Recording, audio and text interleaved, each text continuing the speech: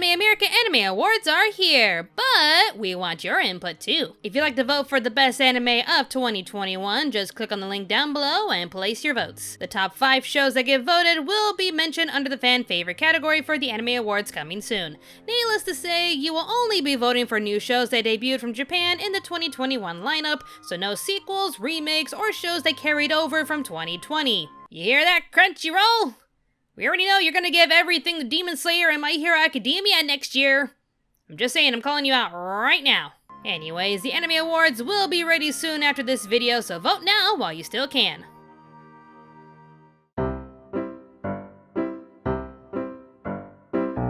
Y'all love to hype things, don't you?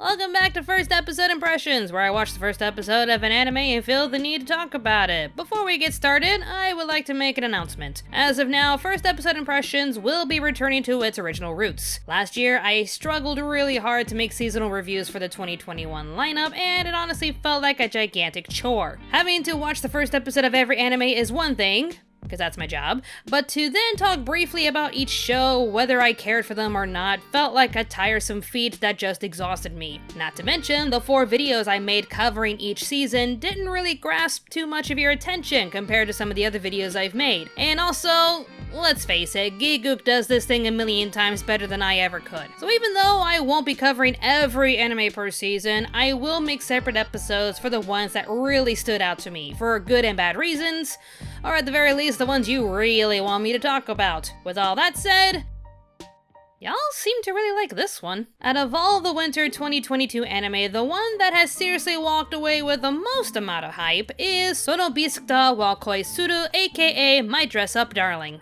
The story is about a young boy named Wakan Gojo. He takes a liking to his grandfather's dolls and thinks they're really beautiful. But when one of his friends treats him coldly for being a boy who likes dolls, he grows up keeping to himself. And it's not really like he's being bullied by anyone in high school, but he just believes that no one in his class would ever have similar interests as him, and he's scared to have a similar reaction from years ago if he ever tells anyone else of his hobbies. To put it simply, his classmates are shallow. Like, 100% jock and preppy shallow. I don't know, Marin. If he was hot, why didn't you give him a chance? Did I mention they were shallow? One day, however, he's caught using a sewing machine in the school by the most popular girl in school, Marin Kitagawa. He's scared to think how she'll react, only to be surprised by what she reveals to him. It turns out that Marin is a huge fan of anime, and especially cosplay. Her dream is to wear an amazing dress her favorite character wears, but she has no sewing skills. Naturally, when she sees the only student she's ever met using an actual sewing machine, she begs him to help make her dream cosplay a reality. And from here, a beautiful friendship between an introverted doll maker and an extroverted cosplaying wannabe is born.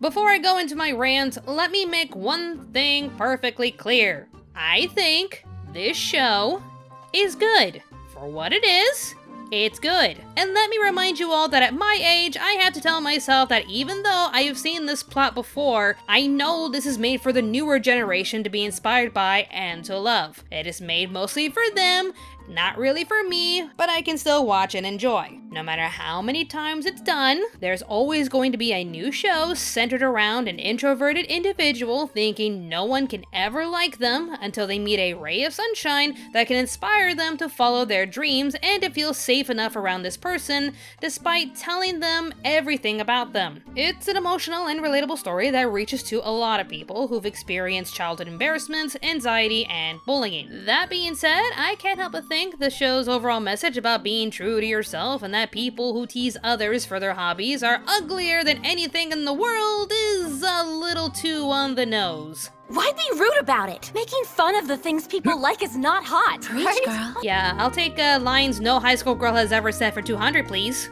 From what I can tell, the majority of the fans love this show for 2 major reasons, and their names happen to be Marin and Gojo. First of all, Marin Kitagawa has already been declared as the best girl of the year! Well, if I remember correctly, we also declare Wonder Egg Priority as the best anime of 2021 for its breathtaking animation and dark story, but then they added Frill. Anyways, Marin's beautiful. Perky, optimistic, a little nerdy, and unashamedly honest. Basically the god tier of anime waifus everyone's been dying for. Whenever you diss something she likes, she'll lose all interest in you with a stone cold glare and just walk away. Wow, you're a nerd.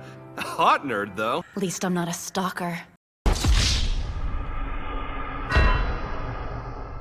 She values honesty and hates judgmental jerks who bully others for what they like. You can instantly see why she has a lot of devoted fans.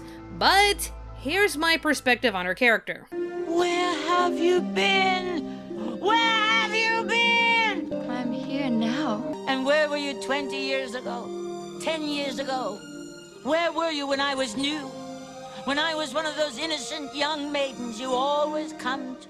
I don't know if it's because I'm older and cynical or because of my rough experience in middle school and high school, but Marin is too good to be true. The way they write her character only comes off more fictitious than honest. Like, say if you were bullied and or reclusive throughout your school days, she'd be the ideal friend we'd create in our imaginations, wishing we'd have a friend so genuine, brave, open, honest, pretty, and nerdy. She's all of this and more while telling off jockheads who only take a liking to her for her beauty. Now, this isn't me saying Marin is a one-note character with zero flaws who's mostly there to be the friend Gojo needs while spouting every word he's ever wanted to hear from another human being.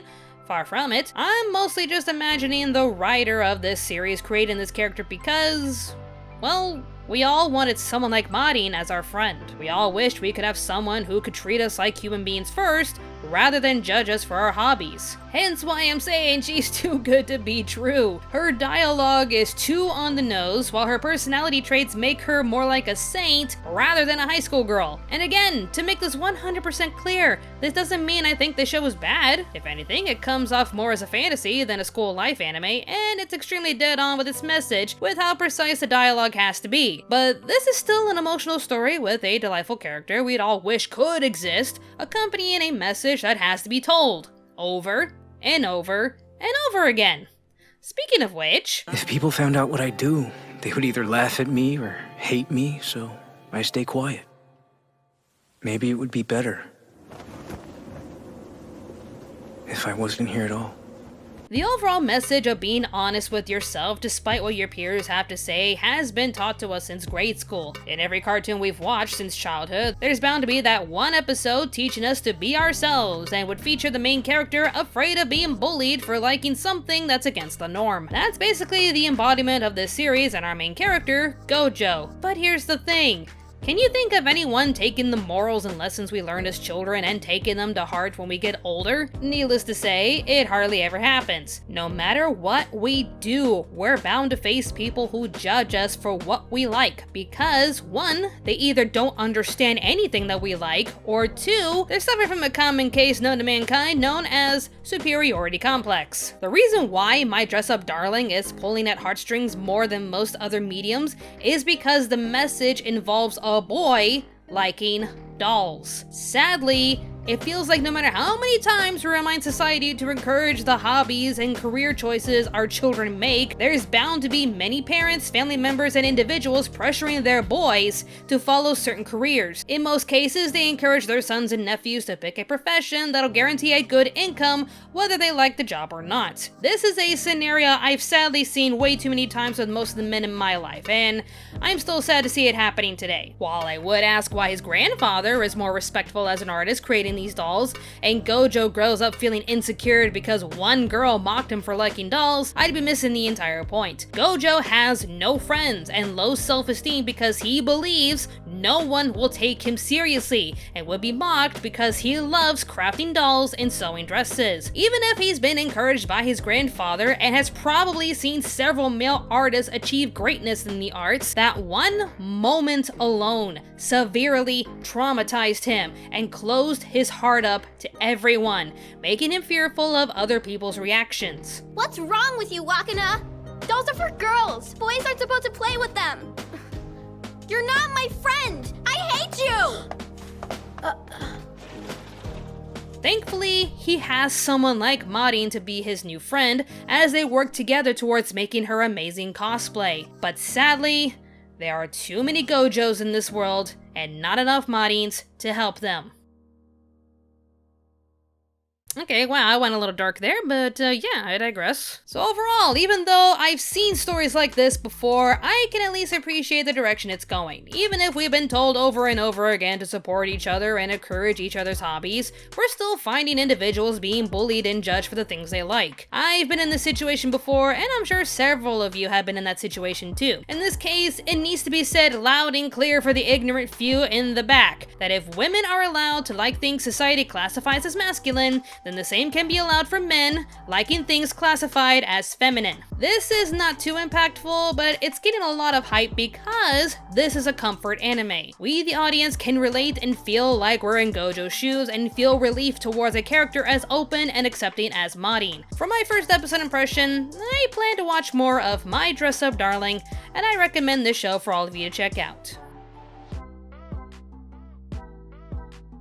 Alright, let's wrap this up. Since I call this a comfort anime, I'd like to know what's your favorite comfort anime? Leave your answers in the comments down below. Also, feel free to tell me if you're cool with the decision to focus first episode impression series on single shows rather than seasonal rants. Again, leave your comments down below. To my Patreon supporters, thank you. Did I mention thank you for your amazing support and generosity? And of course, thank you to everyone who watches my videos. I can't thank you all enough for your amazing support. More awesome videos will be on the way, so stay tuned to Anime America.